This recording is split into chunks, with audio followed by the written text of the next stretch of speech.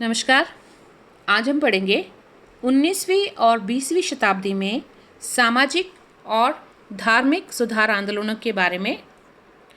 भारतीय इतिहास में 19वीं और 20वीं शताब्दी राजनीतिक घटनाओं के अलावा सामाजिक धार्मिक सुधार आंदोलन के लिए भी विख्यात है। इस समय भारतीय समाज और धर्म अनेक रूढ़ियों और कुप्रथाओं से ग्रस्त था। उस समय जाति प्रथा, छुआछूत, सती प्रथा, बाल विवाह, पर्दा प्रथा, मूर्ति पूजा, धार्मिक अंधविश्वास जैसी बुराइयों से भारतीय जीवन ग्रसित था। पाश्चात्य शिक्षा और ज्ञान विज्ञान के संपर्क से भारतीयों में भी नई चेतना की भावना जगी। अंग्रेजी शासन की बुराइयों और नए भारतीय सामाजिक वर्गों के उदय और प्रबुद्ध भारतीयों द्वारा अपनी सामाजिक और धार्मिक प्रथाओं को हटाने की चाह ने भारत में एक सामाजिक और धार्मिक सुधार आंदोलन को जन्म दिया, जिसे भारतीय पुनर्जागरण की संज्ञा दी जा सकती है।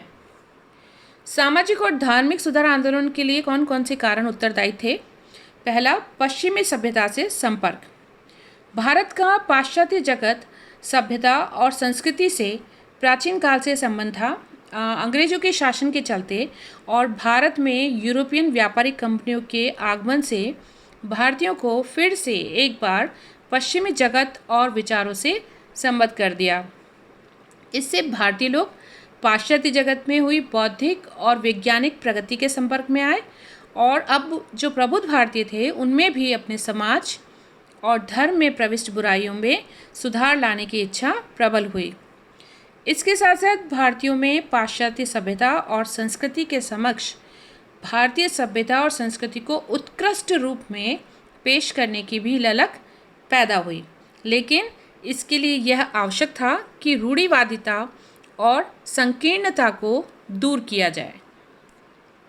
दूसरा कारण, अंग्रेजी शिक्षा का प्रभाव।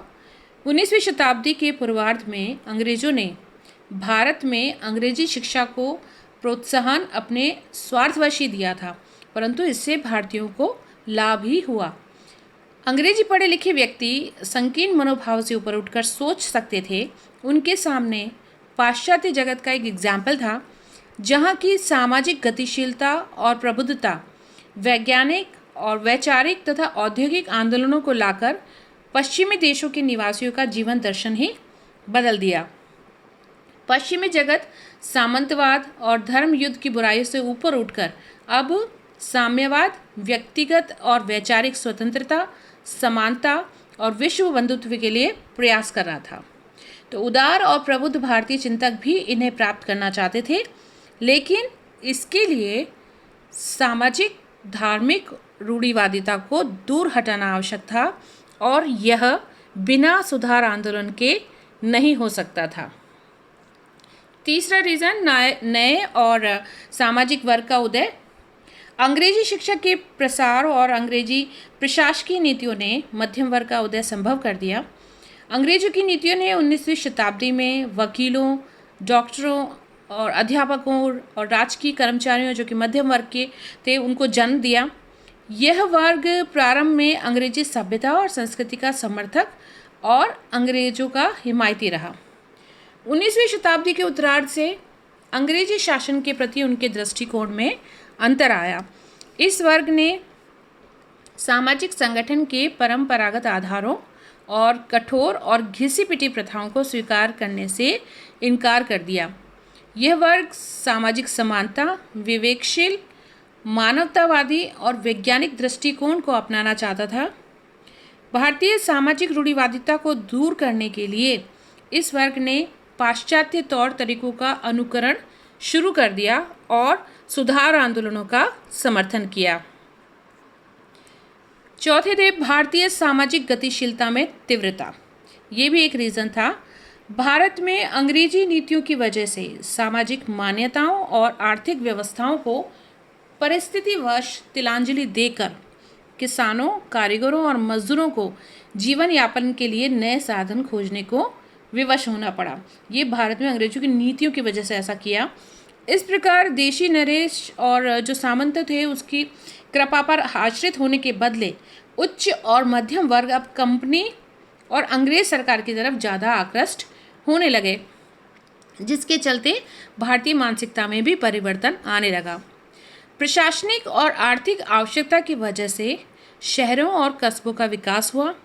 शहरी जनता ने रूढ़िवादी परंपराओं को छोड़कर सामाजिक धार्मिक सुधार आंदोलन के लिए वातावरण तैयार कर दिया और यही कारण है कि इस आंदोलन का व्यापक प्रभाव शहरी जनता पर पड़ा।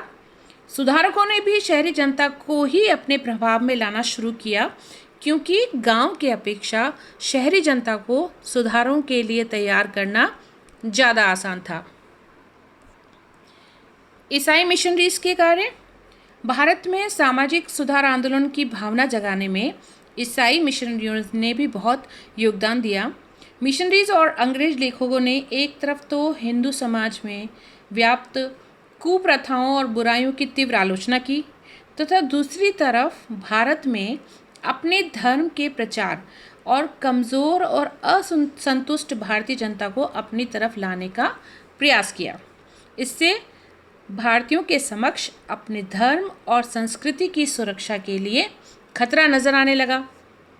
धर्म सुधारक और प्रचारक ये बात अच्छी तरह से समझ गए थे कि जब तक हिंदू धर्म में सुधार करके उसे उदार नहीं बनाया जाता तब तक समाज के कमज़ोर और दलित वर्गों को हिंदू समाज में बांधकर नहीं रखा जा सकता। इसलिए सामाजिक और धार्मिक व्यवस्था में सुधार और परिवर्तन लाना आवश्यक था। प्रबुद्ध अंग्रेजों का भी योगदान था भारतीय धर्म और समाज सुधार आंदोलन में। विलियम बेंटिंक ने कड़े प्रतिरोध के बावजूद भी सती प्रथा को समाप्त किया, जिसमें राजा राम मोहन राय जैसे सुधारकों ने उनका सहयोग किया। इसी प्रकार एशियाटिक सोसाइटी की स्थापना ने प्राचीन भारतीय सभ्यता और संस्कृति को उजागर करने में और भारतीयों में गर्व की भावना जगाने का काम किया। इस संस्थान ने अनेक प्राचीन भारतीय ग्रंथों का अंग्रेजी में अनुवाद करके शोध करके यूरोपियन ज्ञान विज्ञान को भारतीयों के समक्ष रखकर उनकी मानसिकता का विकास किया। भारतीयों में अपने धर्म और संस्कृति से परिचित होने और उसकी बुराई को दूर करके उसे सर्वग्राह्य बनाने के लिए प्रयास करने की प्रेरणा भी जगी। समाचार पत्रों और आवागमन के साधनों के विकास से भी समाज और धर्म सुधार आंदोलन को योगदान मिला। ब्रिटिश शासन के दौरान समाचार पत्रों और आवागमन के साधनों के विकास होने से विचार अभिव्यक्ति के प्रचार और जनसंपर्क की सुविधाएं प्राप्त हुई। समाचार पत्रों पत्रिकाओं द्वारा आसानी से शिक्षित वर्ग को सुधार की आवश्यकता और उसके उपायों से परिचित कराया जा सकता था। इसी प्रकार रेलों और सड़कों के विकास ने भी यह संभव कर दिया कि सुधारक भ्रमण करके जनता को जागरूक कर सकते हैं तथा उन्हें नई व्यवस्था के लिए तैयार कर सकते हैं। राष्ट्रीयता की भावना का विकास। 19वीं शताब्दी के उत्तरार्ध में अनेक कारणों से भारतीयों में राष्ट्रीयता की भावना विकसित हुई। अंग्रेजी शासकीय नीतियाँ, शैक्षणिक प्रगति, इन सब ने भारतीयों में राष्ट्रीयता की भावना जगा दी। इसके लिए सामाजिक और धार्मिक समानता का होना आवश्यक था। भारतीय नेताओं ने ये बात महसूस की कि बिना सामाजिक धार्मिक स्वतंत्रता के राष्ट्रीयता की भावना और राजनीतिक स्वतंत्रता को प्राप्त करना एक दुष्कर कार्य है। भारतीय नेताओं ने इस दिशा में सुधार के प्रयास किए। सुधारकों के भी प्रयास थे। 19वीं-20वीं शताब्दी में भारत में अनेक ऐसे समाज सुधारक और धर्म सुधारक पैदा हुए जिन्होंने भारतीय समाज और धर्म में व्याप्त बुराइयों को दूर करने का प्रयास किया। इन व्यक्तियों ने भारतीय मानसिकता को जगाकर उसे सुधार आंदोलन के लिए तैयार किया। इनमें प्रमुख थे राजा राम मोहन राय, पंडित ईश्वरचंद विद्यासागर, केशव चंद्र सेन, देवेंद्र ठाकुर, रामकृष्ण परमहंस, स्वामी विवेकानंद, दादाभाई नौरोजी, सर सैयद अहमद खां, स्वामी विवेकानंद जैसे प्रबुद्ध भारतीय थे। इन लोगों ने बदलती परिस्थितियों के अनुकूल अपने आप को तैयार किया और आवश्यक सामाजिक और धार्मिक सुधार किए। तो धर्म और समाज सुधारक के रूप में सबसे पहले हम पढ़ेंगे राजा राम मोहन राय के बारे में। ये भारतीय पुनर्जागरण के जनक हैं और बहुमुखी प्रतिभा के धनी थे। उनके द्वारा स्थापित ब्रह्म समाज ने जो आधुनिक पाश्चात्य विचारों पर आधारित हिंदू धर्म का ये पहला सुधार आंदोलन था। एक सुधारवादी के रूप में राजा राम मोहन राय मानवीय प्रतिष्ठा के आधुनिक वैज्ञानिक दृष्टिकोण और सामाजिक समानता के सिद्धांत में ये विश्वास रखते थे और यह ईश्वर में भी विश्वास रखते थे। उन्होंने 1809 ईस्वी में एकेश्वरवादियों को उपहार या तोहफत उल मुहिद्दीन नामक प्रसिद्ध पुस्तक जो लिखी वो फारसी भाषा में लिखी। अपने मत के समर्थन में उन्होंने वेदों और उपनिषदों के बंगाली अनुवाद लिखे तथा स्पष्ट किया कि प्राचीन हिंदू धर्मशास्त्र भी एकेश्वरवाद का समर्थन करते हैं। 1814 ईस्वी में उन्होंने कोलकाता में आत्मीय सभा की स्थापना की तथा मूर्ति पूजा, जाति प्रथा की कठोरता, अर्थहीन रीति रिवाजों तथा अन्य सामाजिक बुराइयां जो थी उन सब की भर्त्सना की। राजा राम मोहन राय ने स्पष्ट किया कि वे सभी धर्मों की मौलिक एकता में विश्वास रखते हैं तथा उन्होंने दूसरे धर्मों की उन सभी बातों को ग्रहण किया जिन्हें हिंदू धर्म के योग्य समझते थे। राजा राम मोहन राय ने मूर्ति पूजा की आलोचना की, एकेश्वरवाद और तर्क पर बल दिया, जाति प्रथा और छुआछूत की निंदा की तथा स्त्रियों की दशा सुधारने और शैक्षणिक विकास के लिए प्रयत्न किए। अनेकों पुस्तकों और पत्रिकाओं के सहारे भी बंगाल की जनता का ध्यान अपनी तरफ आकृष्ट किया। 1820 ईस्वी में उनकी दूसरी पुस्तक थी प्रिसेप्ट्स ऑफ जीसस, लंदन से जॉन दिग्वी के प्रयासों से ये प्रकाशित हुई थी, जिसमें उन्होंने न्यू टेस्टामेंट के नैतिक और दार्शनिक संदेशों की प्रशंसा की थी तथा ईसाई धर्म के अनेक जो गलत रीति रिवाज थे वो उनको लोगों के सामने रखा, जिससे उन्हें ईसाई मिशनरीज का गुस्सा भी झेलना पड़ा था। राजा राम धर्म सुधारक के रूप में राजा राम मोहन राय अनेक प्राचीन धर्म ग्रंथों के अध्ययन के बाद इस निष्कर्ष पर पहुँचे कि सभी धर्मों का सार एक ही है। वह मूर्ति पूजा और बहुदेववाद के विरोधी थे और एकेश्वरवाद के समर्थक थे। वे सभी धर्मों की मौलिक समानता और एकता में विश्वास रखते थे। वह हिंदू धर्म में सुधार लाना चाहते थे, मगर हिंदू धर्म के स्थान पर ईसाई धर्म के थोपे जाने के विरोधी थे। अपने धार्मिक आदर्शों की पूर्ति के उद्देश्य से उन्होंने 1828 ईस्वी में ब्रह्म सभा या ब्रह्म समाज की स्थापना की। ब्रह्म समाज के अनुसार ईश्वर एक है और सभी सद्गुणों का केंद्र और भंडार है, परंतु परमात्मा निर्गुण और निराकार है। ये ऐसा राजा राम मोहन राय कह रहे हैं।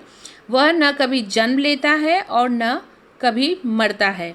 वह सर्वव्यापी है, सर्वशक्तिमान है, सृष्टि का पालन करता तथा अमर है। इसलिए मूर्ति पूजा अनावश्यक है। मूर्ति पूजा के वे विरोधी थे। इस संस्था में ब्रह्म समाज का मुख्य उद्देश्य मूर्ति पूजा, बलि प्रथा, पुरोहितों के आधिपत्य और धार्मिक आडंबरों एवं रूढ़ियों को समाप्त करना था। राजा राम मोहन राय पुनर्जन्म के सिद्धांत में विश्वास नहीं रखते थे। वस्तुतः इस संस्था द्वारा राजा राम मोहन राय ने हिंदू धर्म में प्रविष्ट कुरीतियों को दूर करने और ईसाई धर्म के बढ़ते प्रभाव के समक्ष हिंदू धर्म को शुद्ध रूप में पेश करने की कोशिश की। हिंदू धर्म का शुद्धिकरण और एकेश्वरवाद या निर्गुण परमात्मा में विश्वास ब्रह्म समाज का सबसे प्रमुख उद्देश्य था। उनके ये उद्देश्य तर्क और वेदों और उपनिषदों की शिक्षाओं पर आधारित थे। ब्रह्म समाज ने सर्वधर्म समभाव पर बल दिया। उसके अनुसार सभी धर्मों में सत्य निहित है, अतः व्यक्ति को अपने धर्म के साथ साथ सभी धर्मों का आदर करना चाहिए। राजा राम मोहन राय समाज सुधारक के रूप में 19वीं शताब्दी में भारतीय समाज में अनेक कुप्रथाओं और रूढ़ियों से ग्रस्त था। भारतीय समाज अशिक्षा का प्रचार था। स्त्रियों की दशा अत्यंत दयनीय थी। बाल विवाह, सती प्रथा, शिशुवध, विधवाओं की दुखद स्थिति ने हिंदू समाज की प्रतिष्ठा को बिल्कुल घटा दिया था, कम कर दिया था। जाति प्रथा और छुआछूत के बंधन कठोर हो गए थे। अनेक व्यक्ति हिंदू समाज का परित्याग करके ईसाई धर्म स्वीकार करने लग गए थे। वे छुआछूत और जाति प्रथा को भी समाप्त करना चाहते थे। इस उद्देश्य से उन्होंने अंतरजातीय विवाहों का समर्थन किया। उनके इन कार्यों में ब्रह्म समाज ने बहुत महत्वपूर्ण योगदान दिया। राजा राम मोहन राय ने समाज सुधार की दिशा में महत्वपूर्ण कदम उठाए। इस दिशा में उनका सबसे महत्वपूर्ण कार्य था अमानवीय सती प्रथा के विरुद्ध आंदोलन शुरू करना। 1818 ईस्वी में से उन्होंने इस प्रथा के विरुद्ध संघर्ष शुरू किया। उन्होंने स्त्रियों के प्रति मानवता और दया की भावना भरने का प्रयास किया, जैसा कि आप इस पिक्चर में देख रहे हैं। उन्होंने व्यक्तिगत प्रयासों द्वारा इस प्रथा को रोकने की बहुत कोशिश की तथा विलियम वेटिंग को पूर्ण इन्होंने सहयोग दिया। परिणाम स्वरूप विलियम वेटिंग के प्रयास से 1829 ईस्वी में कानून द्वारा इस प्रथा को समाप्त कर दिया गया। स्त्रियों की स्वतंत्रता और समानता की भी मांग की इन्होंने बहुविवाह समाप्त करने, विधवाओं की दशा सुधारने तथा वेश्यावृत्ति को समाप्त करने और स्त्रियों को शिक्षा दिलाने तथा उन्हें संपत्ति में अधिकार दिलाने का भी प्रयास किया। राजा राम मोहन राय ने शिक्षा और साहित्य के विकास में भी योगदान दिया। उनका यह दृढ़ विश्वास था कि भारतीयों की कूपमंडूकता को समाप्त किए बिना यथार्थ सामाजिक प्रगति नहीं हो सकती। इसके लिए आवश्यक था कि उन्हें पश्चिमी ज्ञान विज्ञान के संपर्क में लाया जाए। यह तब तक संभव नहीं था जब तक कि भारतीयों को आधुनिक पाश्चात्य शिक्षा से परिचित नहीं कराया जाए। इसलिए उन्होंने अंग्रेजी शिक्षा के प्रचार का समर्थन किया। डेविड हेयर को सहयोग देकर उन्होंने 1817 ईस्वी में कोलकाता में हिंदू कॉलेज की स्थापना करवाई। वे पाश्चात्य शिक्षा के समर्थक होने के बावजूद भारतीय सभ्यता और संस्कृति को उजागर करना चाहते थे। इस उद्देश्य से उन्होंने 1825 ईस्वी में कोलकाता में वेदांत कॉलेज की स्थापना की, जहां पाश्चात्य दर्शन के साथ साथ भारतीय विद्या की भी पढ़ाई होती थी। शिक्षा के प्रचार के साथ साथ राजा राम मोहन राय ने बांग्ला साहित्य को भी समृद्ध किया। वेदांत और उपनिषद का उन्होंने बांग्ला में अनुवाद किया। उन्होंने एक बांग्ला व्याकरण की भी रचना की। उन्होंने अंग्रेजी, फारसी और संस्कृत ग्रंथों का बांग्ला में अनुवाद करवाया। 1821 ईस्वी में उन्होंने एक साप्ताहिक पत्रिका संवाद कौमुदी, कई बार कॉम्पिटिशन एग्जाम्स में पूछा गया, इनका प्रकाशन भी आरंभ करवाया। उनके इन कार्यों से बंगाल में शिक्षा तथा साहित्य की पर्याप्त प्रगति हुई। राजा राम मोहन राय राजनीतिक सुधारक के रूप में इन्होंने पाश्चात्य दर्शन और अंग्रेजी शासन से ये बहुत प्रभावित थे। फिर भी उनमें राष्ट्रीय चेतना की भावना जो थी वो कूट कूट कर भरी हुई थी। उनके धार्मिक सामाजिक सुधार का एक लक्ष्य राजनीतिक उत्थान भी था। उन्होंने भारत के समक्ष उपस्थित जो ज्वलंत प्रश्न थे उन पर जनमानस को उद्वेलित करने का प्रयास किया। उन्होंने बंगाल के किसानों को भूस्वामी के अत्याचारों से मुक्त कराने, किसानों के लिए लगान की राशि तय करने और ईस्ट इंडिया कंपनी के व्यापारिक अधिकारों को समाप्त करने, भारतीय वस्तुओं पर से निर्यात शुल्क कम करने, उच्च सेवाओं के भारतीयकरण तथा न्यायिक स्वतंत्रता और समानता, कार्यपालिका और न्यायपालिका की शक्तियों का पृथक्कीकरण, मुकदमों की सुनवाई के लिए जूरी की व्यवस्था तथा प्रेस की स्वतंत्रता और व्यक्तिगत स्वतंत्रता और समानता जैसे महत्वपूर्ण प्रश्न थे, उनको लोगों के सामने उठाया। तो राजा राम मोहन राय ने शिक्षा, साहित्य, धर्म, समाज, राष्ट्रीय मामलों के संदर्भ में महत्वपूर्ण भूमिका निभाई। उन्होंने धार्मिक रूढ़ियों और सामाजिक कुप्रथाओं के विरुद्ध कड़ा संघर्ष किया और अनेक प्रतिरोधों के बावजूद अपने प्रयासों में वह कुछ हद तक सफल रहे। 1833 ईस्वी में ब्रिस्टल, जो इंग्लैंड में है, वहाँ राजा राम मोहन राय की मृत्यु हो गई और उसके बाद ब्रह्म समाज को इस चीज़ से बहुत अधिक धक्का लगा, लेकिन बाद में उनके अनुयायियों ने ब्रह्म समाज को संभाला।